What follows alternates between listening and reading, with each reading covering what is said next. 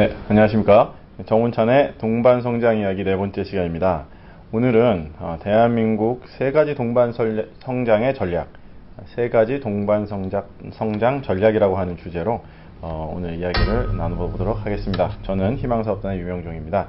오늘도 정운찬 동반성장연구소 이사장님 나오셨습니다. 안녕하세요. 안녕하세요. 네. 이제 날씨가 많이 선선해졌습니다. 네.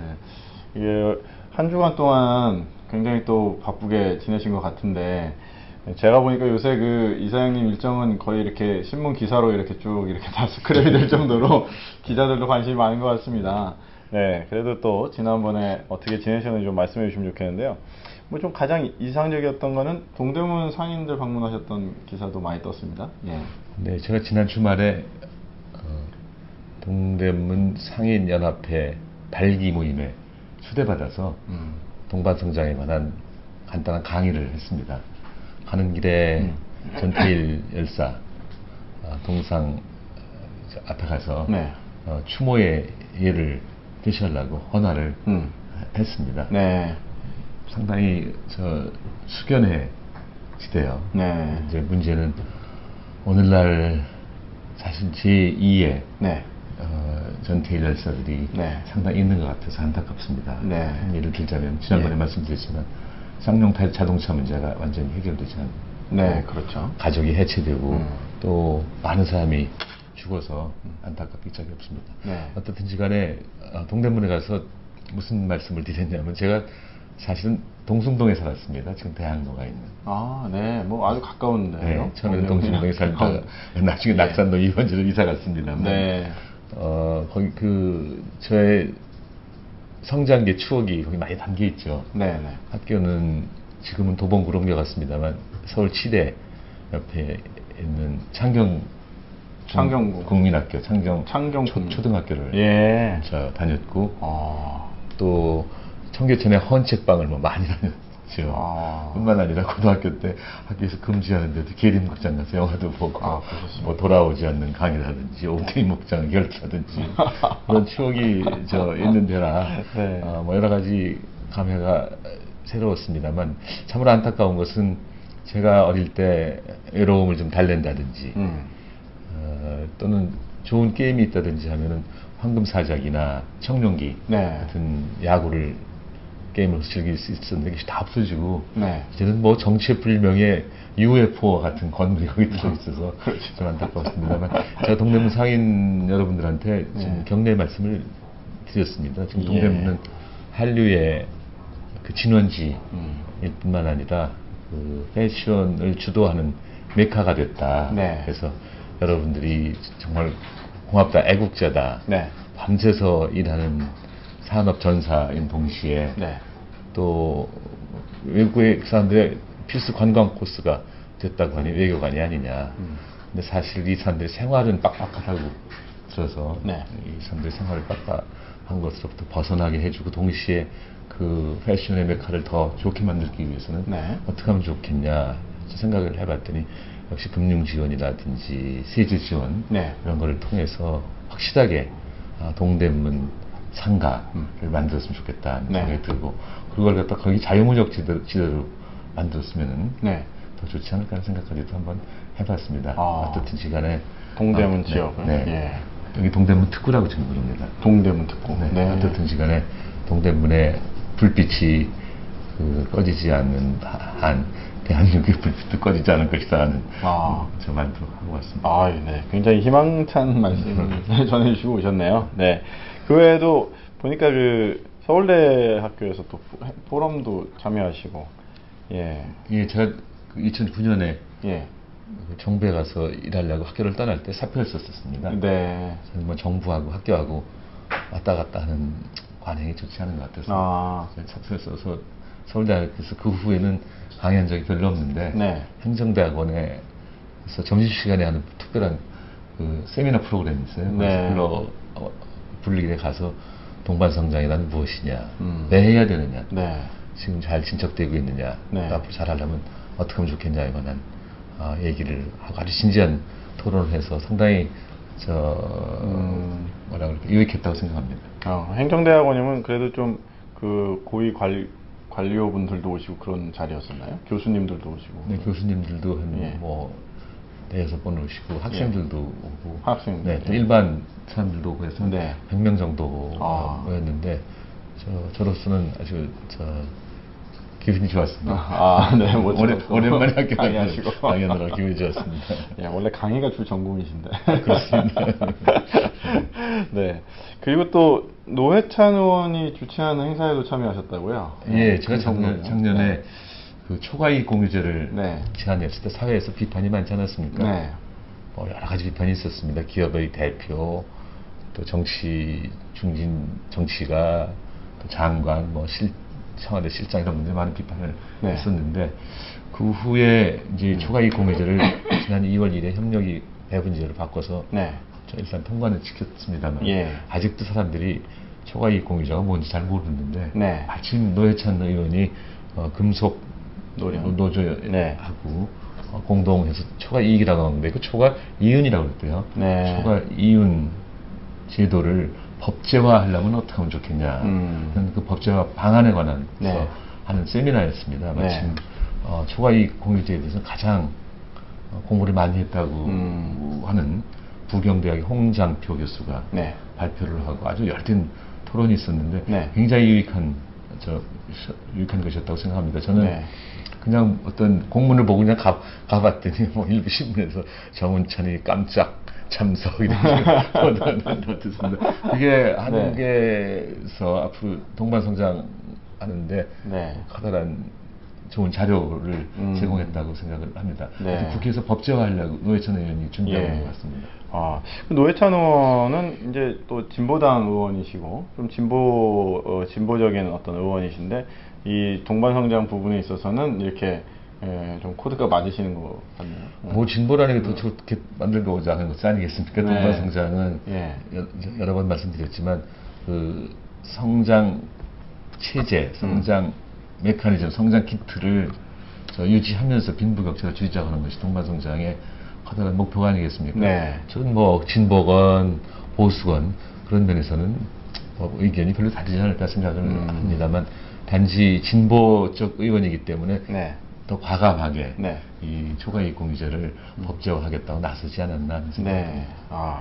그러니까 어떻게 보면 이사장님의 어떤 운신의 폭이 상당히 넓으시네요. 이렇게 진보와 보수. 저는 뭐 이렇게. 지역이라든지 이념이라든지 이런 데 포로가 되지 않습니다. 네. 항상 저는 뭐 중도적이었다고 생각을 하니까 네. 진보 모임도 갈 수 있고 네. 또 보수 모임도 갈 수 있다고 생각합니다. 사실 저는 이제 그 노태우 대통령, 네. 김영삼 대통령 때 정부에 대한 비판을 하려 치면은 네.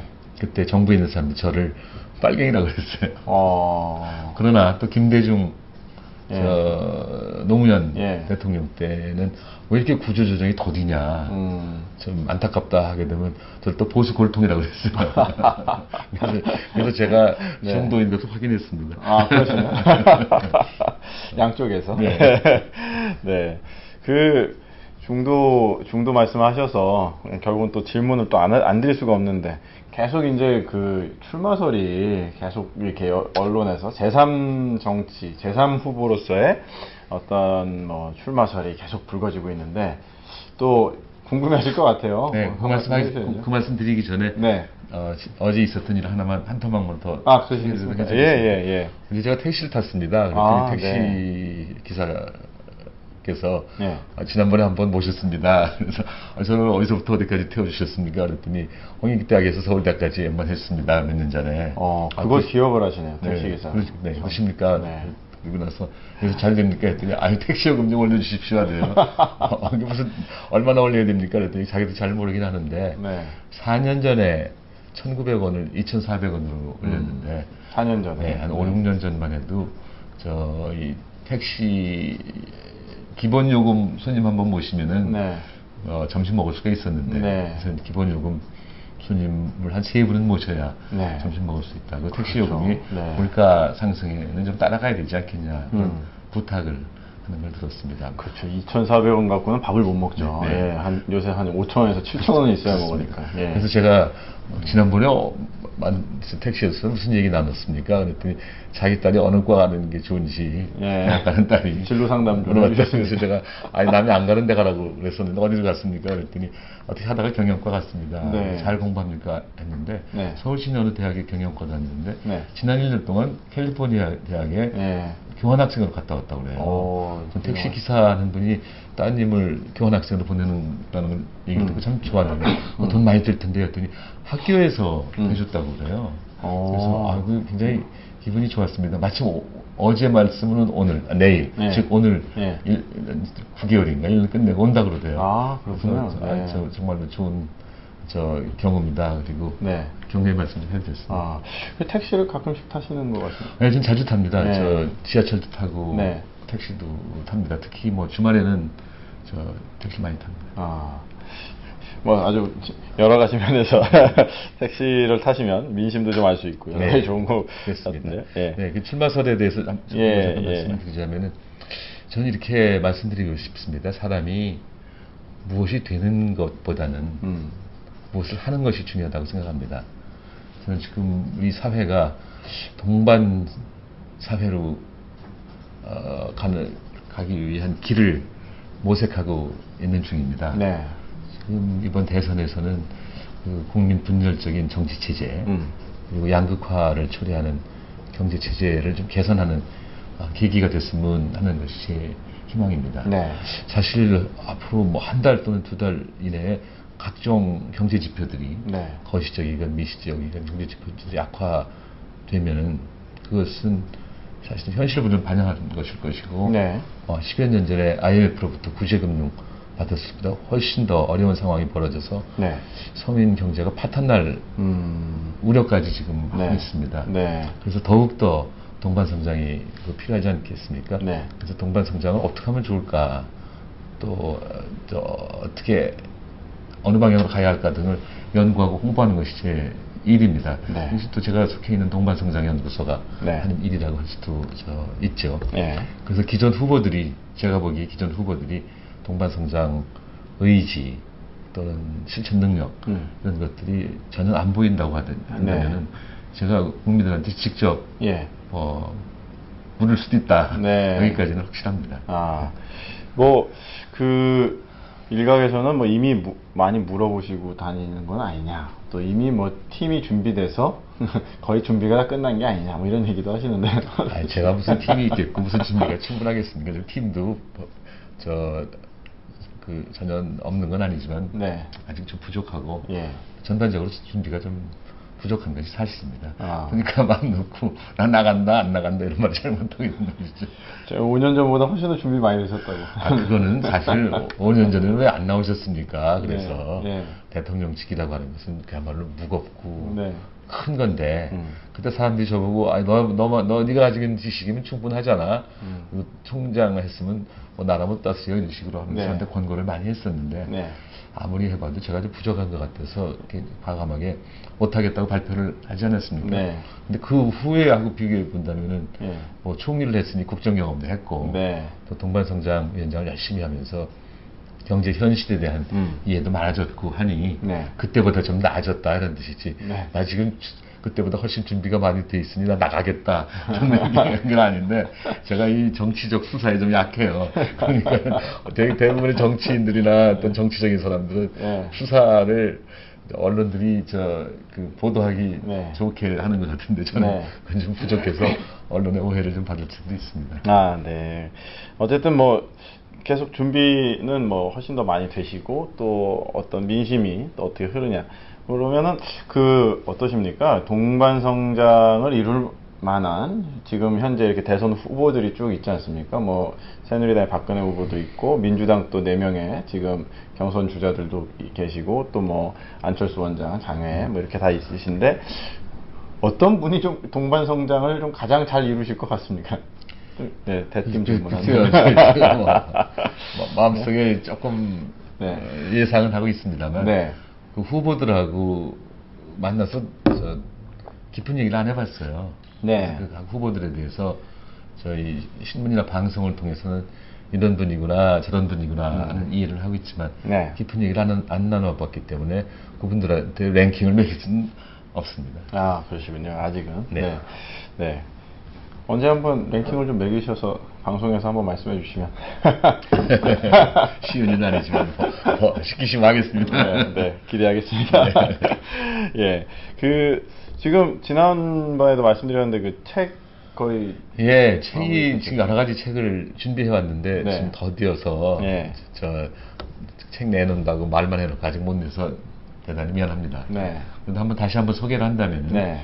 제가 한 4, 5년 전에 그때까지의 저의 생을 자전적 에세이로 쓴 게 소개한 게 있습니다. 이게 가슴으로 생각하라였었는데 네. 상당한 반향이 있었습니다만 이번에는 네.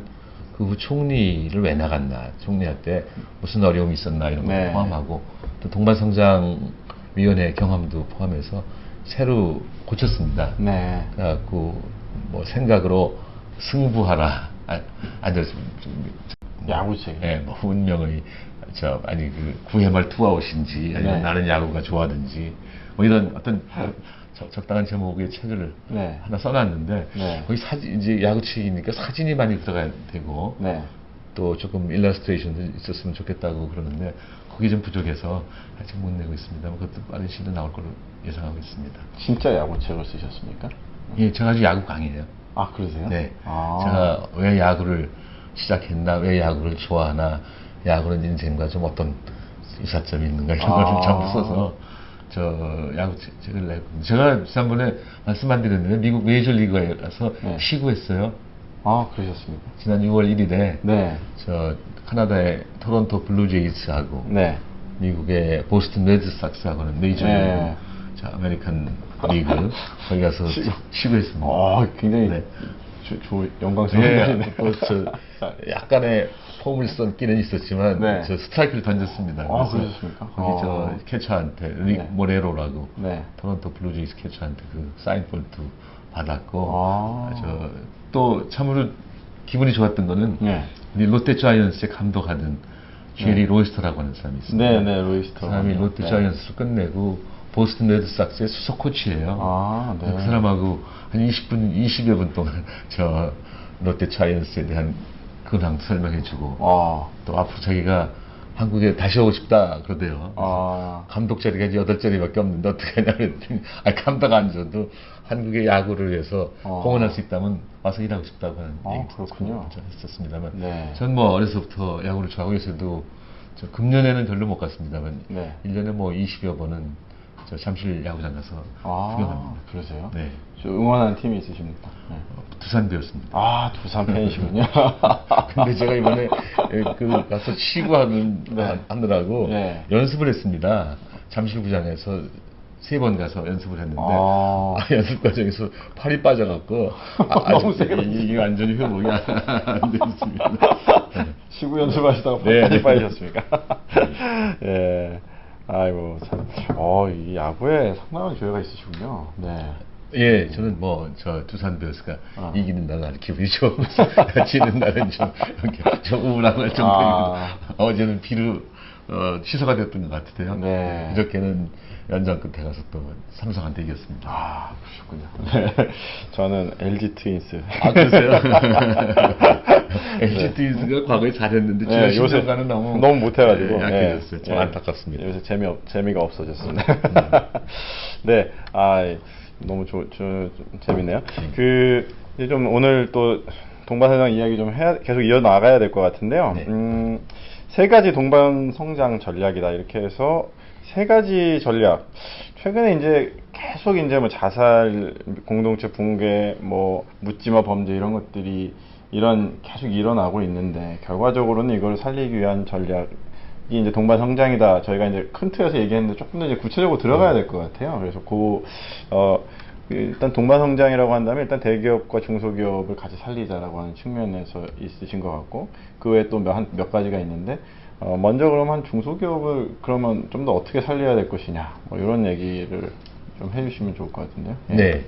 우선 지난 5, 60년 동안의 대기업 위주의 경제 정책을 써왔습니다. 그 네. 과정에서 대기업, 특히 수출 대기업이 크게 성장을 해서 네. 우리 경제를 견인해 왔습니다. 네. 그분들의 업적은 높이 평가받아야 한다고 생각합니다. 네. 물론 뭐 거저 혼자 한 것이 아니라 정부의 도움도 많이 받았지만 정부의 도움 받는다고 다 잘할 수가 있겠습니까? 제가 정부 도움 받는다고 뭐 기업을 잘할 수가 있겠습니까? 네. 그런 의미에서 그분들의 노력을 평가합니다. 그런데 네. 이제 5, 60년 하다가 보니까 상대적으로 예. 중소기업이 너무 약해져 갖고 네. 대기업과 중소기업 간의 간격이 커졌습니다. 음. 그래서 앞으로 상당 기간 동안은 중소기업을 위주의 네. 신산업 정책이 필요하지 않을까 하는 생각이 듭니다. 네. 지금 중소기업을 위한다는 중소기업청이 있는데 네. 중소기업청이라는 게 지금 지식경제부에 산하에 있어요. 그렇죠. 그 아래 밑에. 네. 있는. 근데 지식경제부는 제가 좀 거친 표현을 하자면은 대기업의 대변인 것처럼 보일 때가 많이 있거든요. 최근에도 동반선장할 때 지경부에서 좀 반대하셨죠. 네. 예. 이해는 좀 가요. 대기업이 우리 경제를 견인해 나가니까 네. 대기업이 안 돼갖고 우리 경제가 잘 되겠냐 네. 하는 생각에서 그런 모습을 보이는 것 같긴 하지만 음. 이제는 이제 중소기업 위주의 신산업 정책이 필요하다는 생각이 들고 네. 그런 마당에 죄송합니다. 중소기업청을 아예 중소기업부로 만들고 예. 승격을 시킨다는. 네, 그리고 네. 지식경제부는 만약에 지금처럼 대기업을 변호하고 위한다고 할 것 같으면은 네. 사실은 대기업은 이제 그냥 놔둬도 잘 살 수가 있거든요. 그렇죠. 정부 그러니까 지원이 그냥 없어도. 대기업의 사정을 살펴보고 또 에러를 어느 정도는 해서 해결해 줘야 되는 필요도 있으니까 네. 그냥 대기업청으로 한번 던져봤습니다. 바꿔서. 네, 중소기업청은 네. 중소기업부로 하고 네. 지식경제부는 중소기업보다는 오히려 대기업을 주로 네. 돌봐왔으니 이제 대기업청으로 네. 하면 어떨까 하는 그 정부의 조직 개편 같은 것도 네. 필요하다고 생각이 들고요. 예. 예. 그다음에 역시 중요한 거는 중소기업이 잘 되도록 해야 되는데 네. 중소기업이 잘 하려면은 딴 거 없습니다. 기술 개발이에요. 그리고 해외 진출이죠. 기술 개발과 해외 진출. 네. 뭐 어느 나라나 다 마찬가지입니다. 네. 독일이라든지 대만, 스위스가 중소기업이 강한 거는 그 중소기업들이 특허를 많이 가지고 있어요. 네. 기술이 좋은 거죠. 네. 네. 그다음에 거의 예외 없이 해외 진출이 아주 많습니다. 독일의 예를 든다면은 독일은 수출의 80% 중소기업이에요. 네. 20% 대기업을 하고. 네. 우리는 거꾸로입니다. 대기업이 80%를 하고 예. 중소기업이 20%를 하고 있습니다. 하여튼 기술 개발, 해외 진출 네. 이게 굉장히 중요한데 자 그럼 기술 개발, 해외 진출을 어떻게 하겠냐? 뭐 돈 주고 아까 제가 세제 지원이라든지 뭐 그 금융 지원을 네. 통해서 동대문 상가를 살려서 이게 영광을 좀 찾게 하자 이렇게 네, 말씀을 네, 그렇죠. 드렸습니다만 네. 지금 이제 중소 기업들한테 뭐 금융 지원, 세제 지원도 필요한데 그보다 더 중요한 거는 사람이 그리 가도록 유도를 해야 돼요. 좋은 인재들이 네. 그쪽 네. 중소기업으로. 근데 그럼 어떻게 하면 되겠습니까? 거기 조건들이 많아요. 하나는 작업장이 더 좀 쾌적하고 좋은. 쾌적해야 되고 네. 또 월급이 더 많이 줘야 돼요. 그렇죠. 임금 네. 수준이 좀 그래서 다르니까. 저는 네. 중소기업의 임금이 대기업의 한 75, 80%만 돼도 네. 사람들이 많이 그렇게 우선 이제 할 거라고 생각합니다. 지금은 중소기업 임금이 대기업이 한 50% 정도밖에 안 되니까 사람들이 안 가요. 특히 대학 졸업자들은 네. 아이고 내가 뭐 대학까지 나왔는데 어떻게 손에 기름 묻혀와갖고 잘하는 경향인데 그걸 좀 고쳐야 합니다. 네. 그러려면은 중소기업의 그 고용 네. 이게 잘 되도록 유도를 해야 되겠는데 우선 그 대기업 졸업자들한테 대기업에 대학 졸업자들한테 네. 대기업에 가면 일시적으로 돈을 많이 받을지 모르지만 장기적으로는 중소기업이 그 상회성을 통해서 혁신을 할 수가 있으니 좋은 수도 있다 이렇게 얘기는 하지만 잘 안 먹혀 들어가거든요. 네. 그래서 어떻게든지 중소기업의 월급을 좀 올리는 여러 가지 방안을 네. 마련해야 된다는 생각을 하고 있습니다. 네. 자 그런 걸 하나 생각해 볼 수가 있고 또 하나는 역시 대기업들이 지금 중소기업에 대해서 여러 가지 횡포를 부린다고 하지 않습니까? 예. 후려치기가 제일 큰 납품가 거. 네. 후려치기. 예. 그 외에도 또 있어요. 그 주문할 때 서면 주문하지 않고 구두 주문합니다. 구두 주문은 이거는 뭐 근거를 남길 수가 없으니까 상당히 위험한 거 아닌가요? 10개 만들어 달라고 그러고 만들어가면 8개 주문했는데 이런 식으로 되고. 뭐 세상에 잘 알려진 얘기지만 또 대금 결제를 현금으로 안 하고 아직도 어음으로 하는 것이 대부분입니다. 그래서 이걸 좀 고쳐야 될 뿐만 아니라 예. 제가 여러 번 말씀드렸는데 하여튼 다른 방법은 중소기업 적합업종을 선정해갖고 네. 대기업들이 중소기업 적합업종에는 못 들어오게 한다든지 네. 또 초과이익 공유제 같은 걸 해갖고 대기업들이 뭐 이익을 많이 남기면은 중소기업이 잘 돼야 하니까 그 이익 일부를 돌리는 것도 있지만 동시에 되게 그 이익이 많이 남긴 원인에 네. 많은 부분이 그 납품과 후려치기로 해서 그렇다고 한다고 한다면은 그 보상적 차원에서도 저 기업들한테 좀 돈을 주어서 고용 안정을 위해서 기술 개발, 해외 진출, 고용 안정을 위해서 저 기여할 수 있을 겁니다. 고용 안정이라는 건 무슨 뜻이냐면 중소기업 적합업종이라 선정이라든지 초과이익 공유를 통해서 중소기업이 돈이 더 생기면은 투자 대상은 있지만 돈이 없어서 투자 못하는 상황을 개선할 수가 있고 그렇게 되면 중소기업이 발전하고 결국은 대기업 발전으로 연결될 거라고 생각합니다. 네, 그렇습니다. 지금 정운찬의 동반성장 이야기 네 번째 시간 진행하고 있고요. 지금 어떻게 동반성장을 이룰 것이냐 좀 더 구체적인 이야기들을 진행하고 있습니다. 혹시 이 방송 보시면서 질문하실 분들은 샵 정운찬 붙여주셔서 질문해 주시면 답변해 드리도록 하겠습니다. 네. 첫 번째는 이제 중소기업을 살려야 된다. 그 말씀은 이제 저희들이 사실 방송 내내 많이 하셨고요. 근데 또 어떻게 해야 동반성장을 이룰 수 있을까요? 두 번째 전략이 있다면요. 예. 글쎄, 중소기업하고 지방대학하고 연결시켜서 지방대학, 네. 산업 클러스터로 만드는 저 일 좀 했으면 좋겠습니다. 네. 요새 지방대학이 많이 막 구조조정 막 당하고 그러지 않습니까? 네. 예. 하여튼 그 문제와 관련해서는 하나 확실하게 해야 될 거는 대학은 그 자율을 공기로 하고 자율.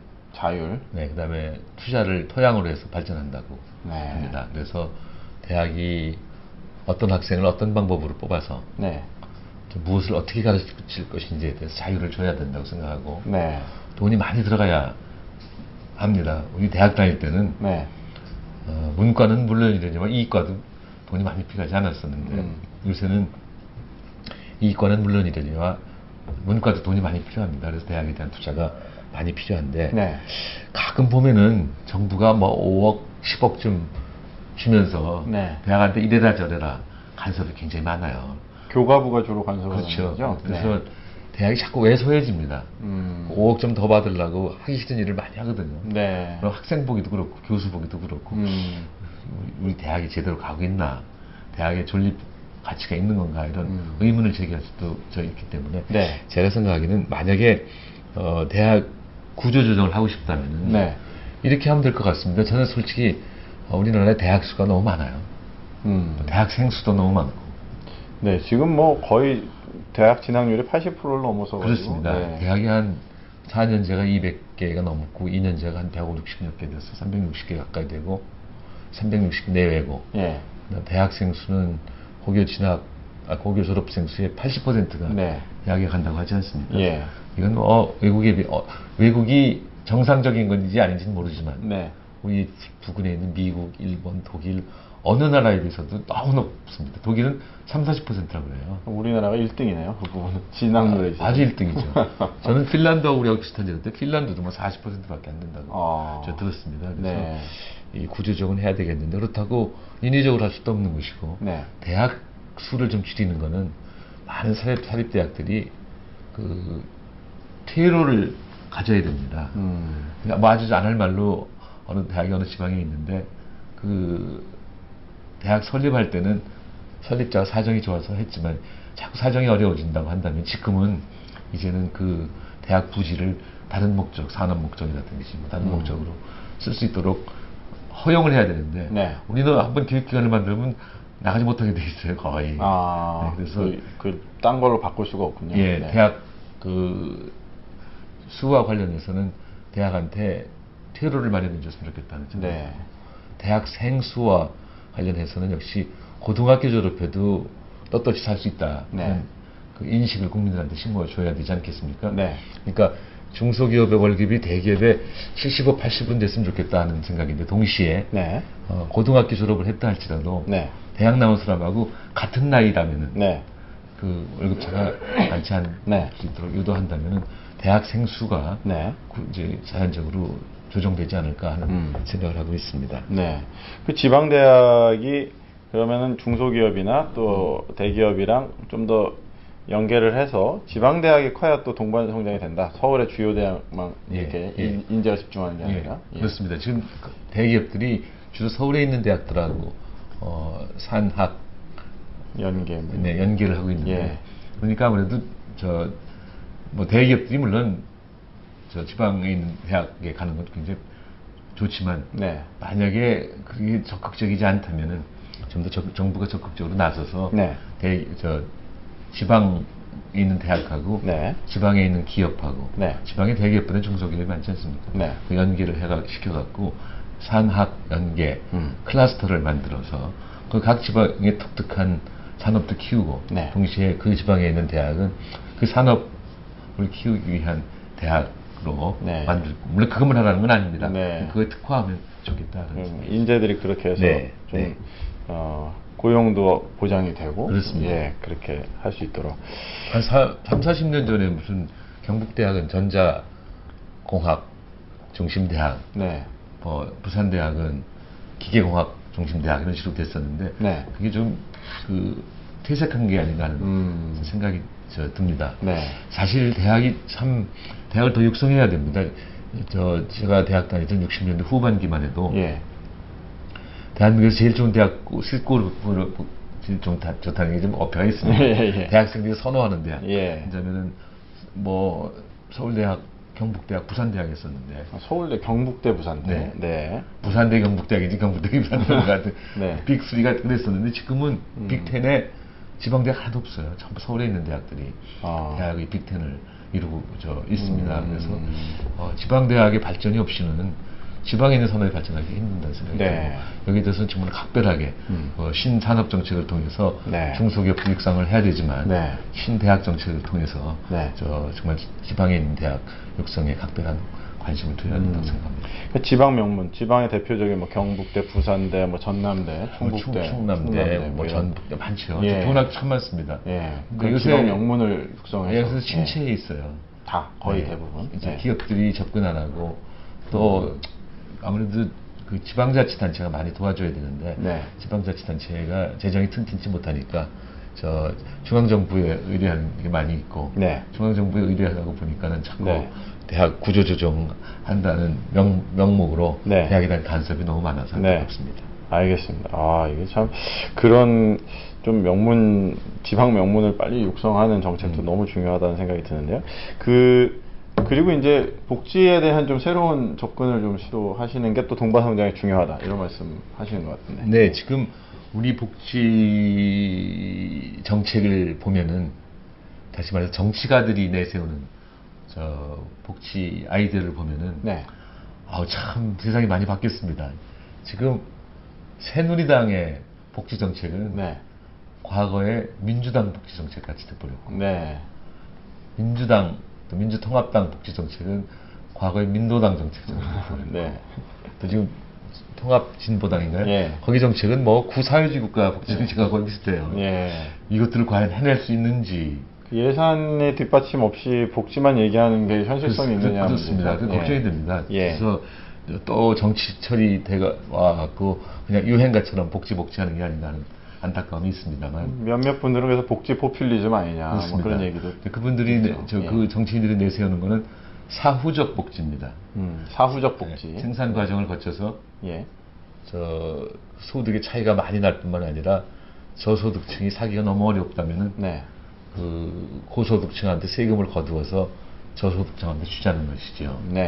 그런 한편으로는 조세 저항이 있을 수도 있고 또 한편으로는 조세 저항이 없다 할지라도 나누는 과정이 굉장히 어려워요. 지금 그 복지 정책에서 좀 낭비가 많이 있다는 것이죠. 그리고 그러면 조세 저항이 있을 경우에는 아예 정부가 적자 재정을 또 할 수도 있는 건데 적자 재정이라고 하는 것은 재정 건전성 문제가 생기기 때문에 또한 문제가 있지 않겠습니까? 지금도 정부 부채가 적지 않죠. 예. 많죠. 예. 물론 다른 나라에 비해서는 아직은 괜찮다는 그러지만 네.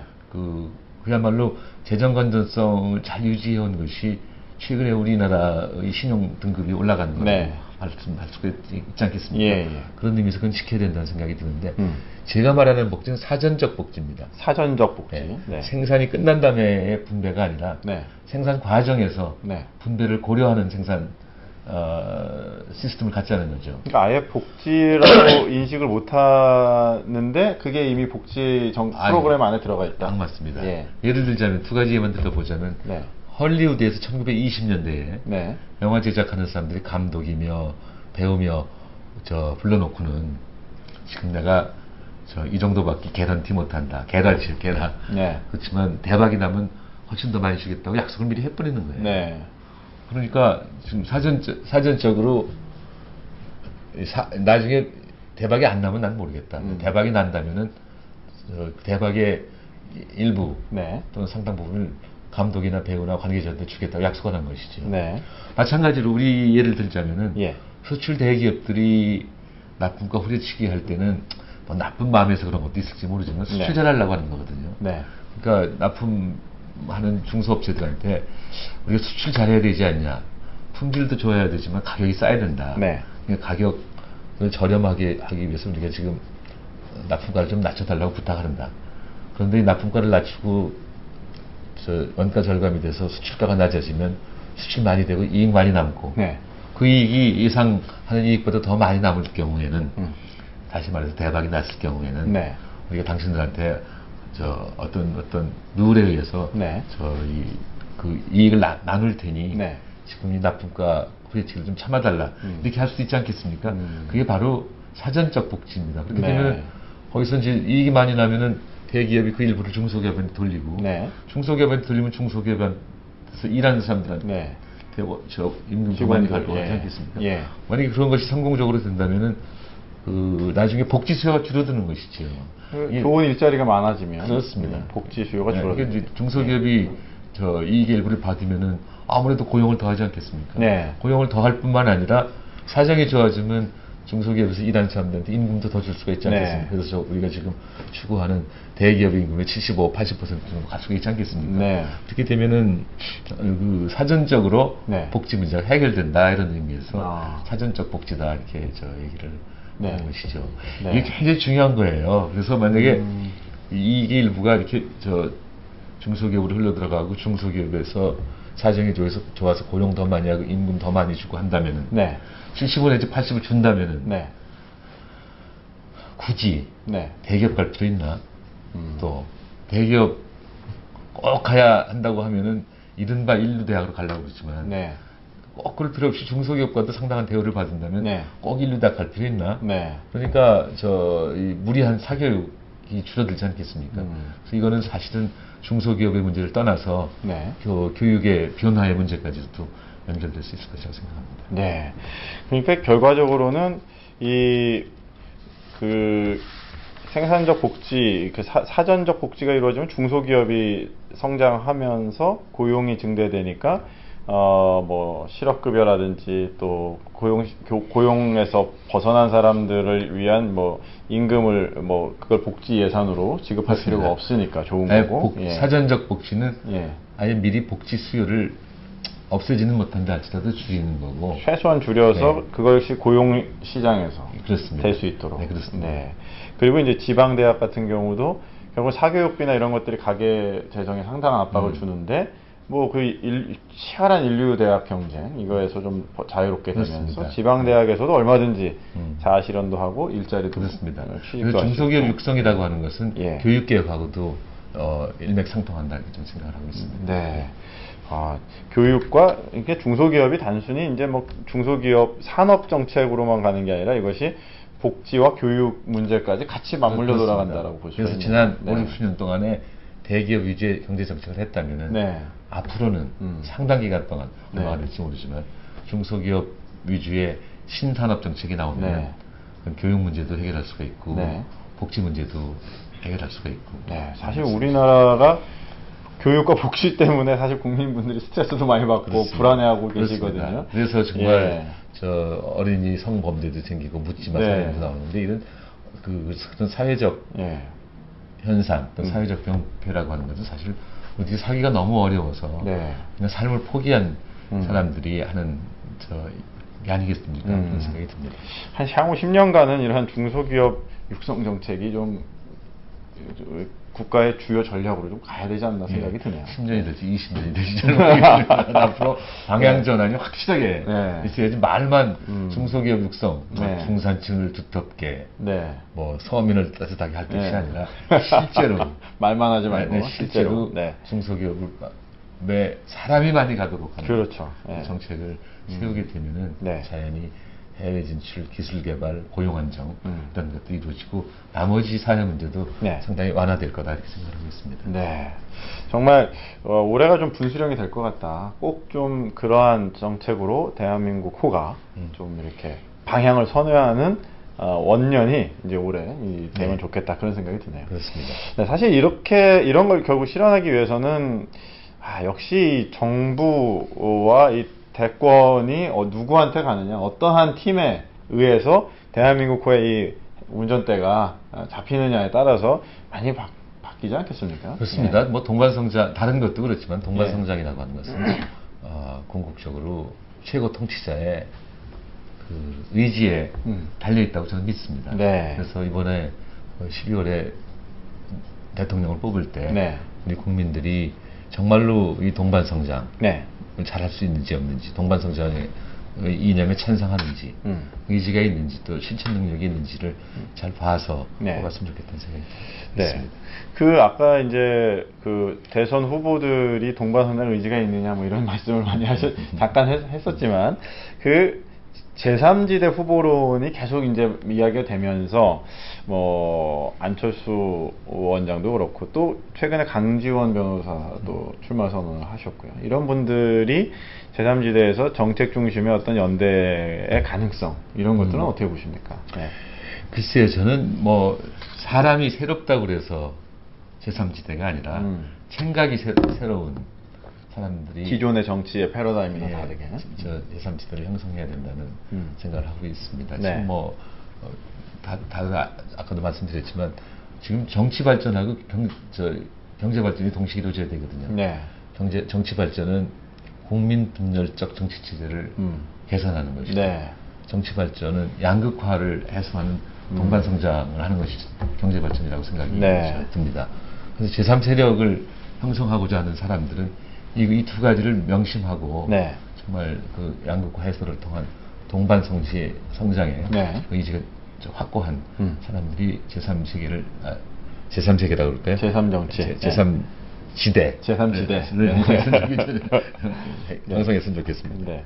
사실 아까 정치개혁 잠깐 말씀하셨는데 그 지난주에 막 그 인터넷을 달군 정치 주요 이슈는 또 그 안철수 원장 불출마 종용 관련된 또 금태섭 변호사의 기자회견 이런 것들이 굉장히 크게 불거지지 않았습니까? 예. 지금도 막 후폭풍이 심한데요. 예. 어떻게 보십니까? 글쎄요. 저는 그 신문만 봐갖고는 친구들끼리 뭐 그런 얘기도 못하냐 하는 생각도 해봤습니다. 네. 그러나 만약에 예. 그 금태섭 변호사가 예. 정준길 전 예. 공보위원하고 예. 얘기했다고 하지 않습니까? 네, 네. 근데 정준길 공보위원은 공인입니다. 그렇죠. 네. 새누리당의 공인이 아무리 친구라 할지라도 예. 어떤 뭐 협박성 발언을 했다고 금태섭 변호사 말대로 협박성 발언을 했다고 한다면 네. 저는 제 판단으로는 아무래도 새누리당에서 이런저런 압박이 있었지 않았나 하는 짐작을 해봅니다. 정준기 의원을 약간 압박을 해서 아닙니다. 그게 아니고 그게 아니라 만약에 금태섭 변호사가 예. 느끼기에 예. 아무리 친구지만 정준길 전 위원이, 공보위원이 예. 출마하지 말라는 식으로 협박을 했다고 금태섭 변호사가 느꼈다면 네. 그거는 정준길 예. 전 공보위원이 이런저런 모습으로 음. 또는 새누리당이 네. 이런저런 모습으로 예. 출마에 관한 압박을 가한 것이 사실이 아닌가 하는 사실상 압박한 거나 다름없다. 그래서 뭐 공적인 검증이나 뭐 사적인 검증이나 다 필요합니다. 네. 근데 그 사실에 입각을 해야지 예. 그냥 루머에 입각하면 안 된다고 생각합니다. 그걸 보면서 저는 이 공작 정치가 네. 생각났습니다. 박정희식 공작 정치, 박정희식? 유신 정치적 공작 정치가 네. 생각나는데 이거는 지금 한 세대를 넘어가고 다시 태어나는 게 아닌가. 공작 정치가 새로운 공작 정치의 시작. 예, 그래서 이런 거는 정말 있으면 안 된다. 네. 이거는 정말 우리가 온 국민이 네. 다 노력을 해서 이런 것들이 다시 나타나지는 않아야 되겠다는 예. 생각을 했습니다. 네.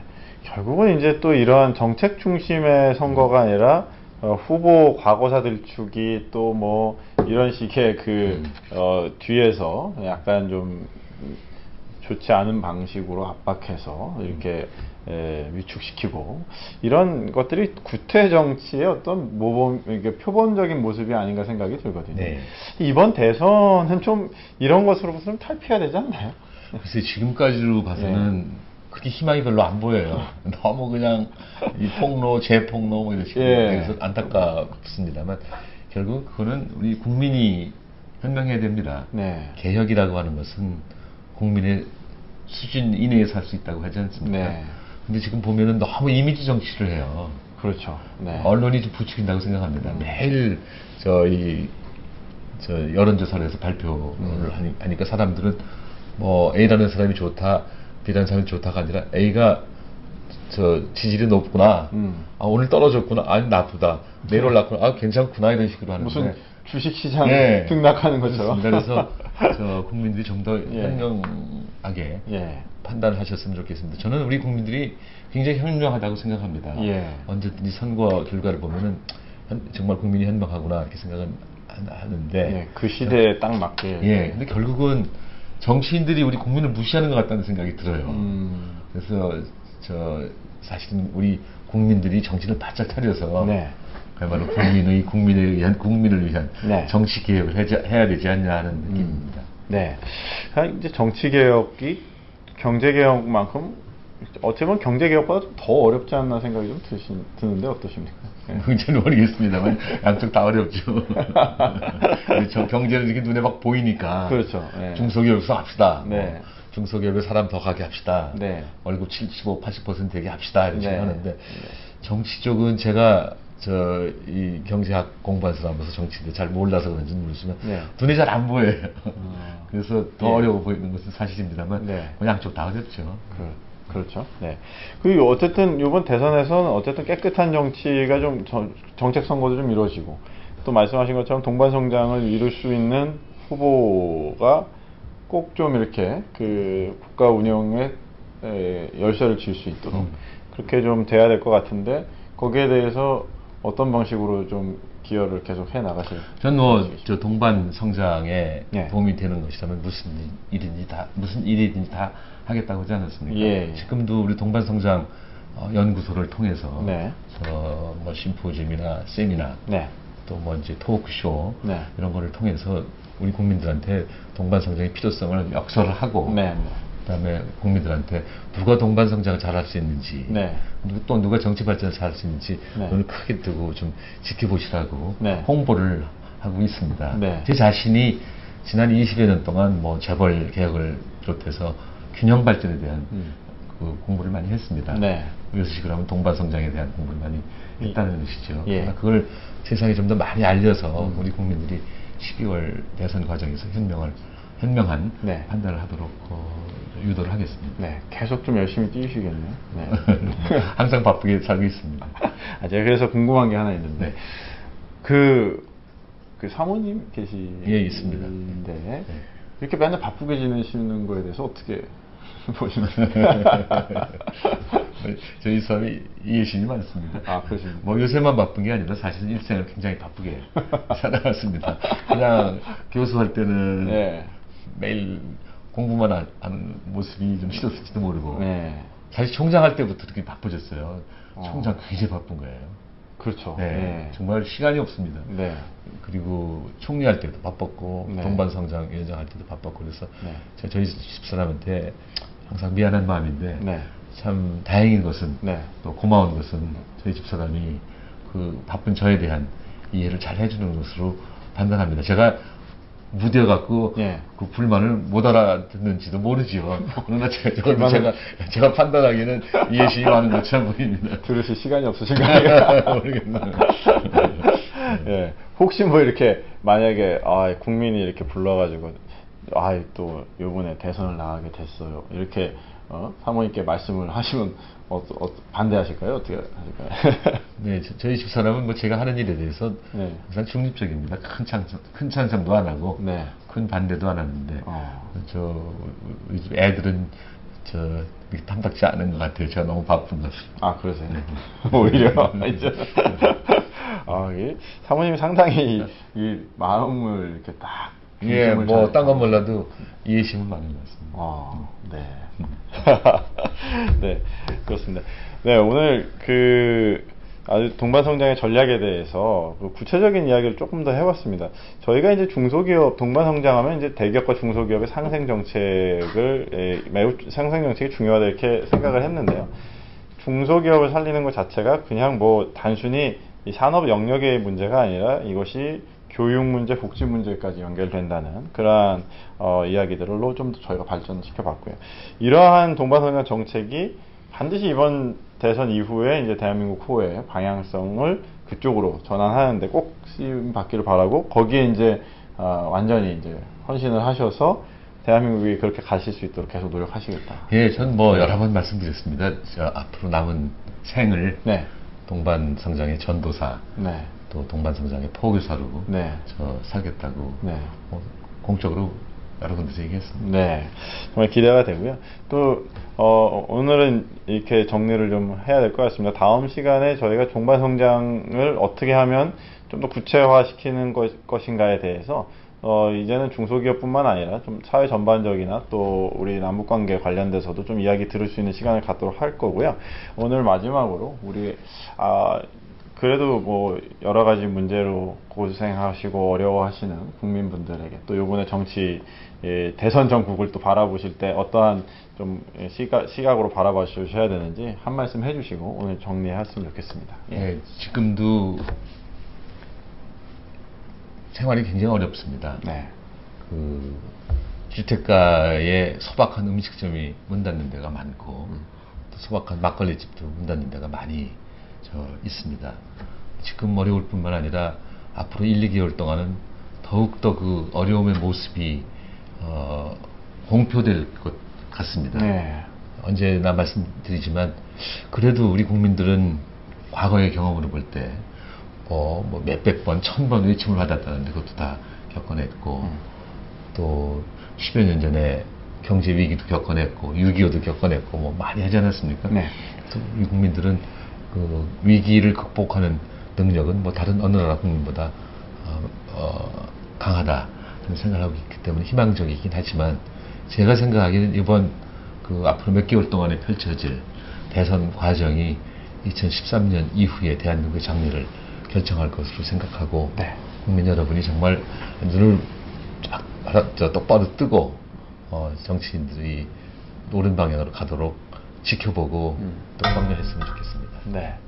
그렇습니다. 우리 정말 대한민국이 어디로 갈 것이냐. 이제는 정말 그 립 서비스에 속지 마시고, 포퓰리즘 같은 공약에 속지 마시고, 정말, 동반성장 이루고, 양극화 해소하고, 정치개혁 이룰 수 있는 그런 후보들을 눈을 크게 뜨시고 바라보시면 좋을 것 같습니다. 네, 날씨가 많이 선선해졌는데요. 정말 기분도 전환하시고, 이번 한 주간도 상쾌하게 보내시기를 바라겠습니다. 다음 주에 저희는 또 다시 찾아뵙겠습니다. 감사합니다. 고맙습니다. 네, 감사합니다. 예.